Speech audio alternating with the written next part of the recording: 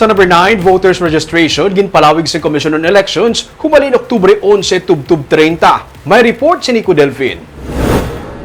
Buwas na kuntani ang deadline para sa ginapatigay niya COMELEC voters registration. Pero bangod sang tuman, kadamo pa nga mga voter applicants nga nagapila sa mga registration area sa pungsod.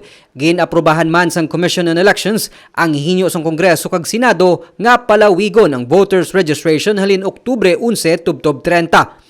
Kaina na paslawan nga makahingagaw nga makaparehistro sa USLS si Mildred Puentevilla. Amo nga nalipay man siya nga matagaan siya sang panahon para ma-update ang iya voters registration. Kaya kung Mayo man kung may extension, kay may allowance pa.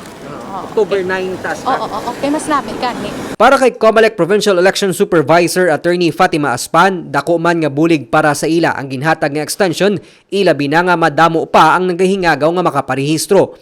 May 1.8 million registered voters ang Negros Occidental lakip ng syudad sang Bacolod sang 2019.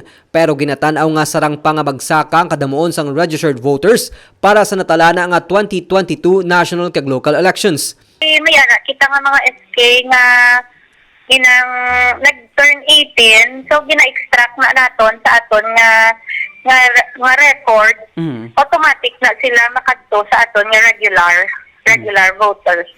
97% na ta versus the 2019 nga figure. So dutay na lang aton mga more or less 50,000. Ginalauman man sang COMELEC nga sa pagpalawig sang voters registration, mapaiway man ang pagginutok sa linya sang mga nagahingagaw parehistro sagwa sa mga COMELEC registration sites. Nico Delfin para sa DigiCast Negros.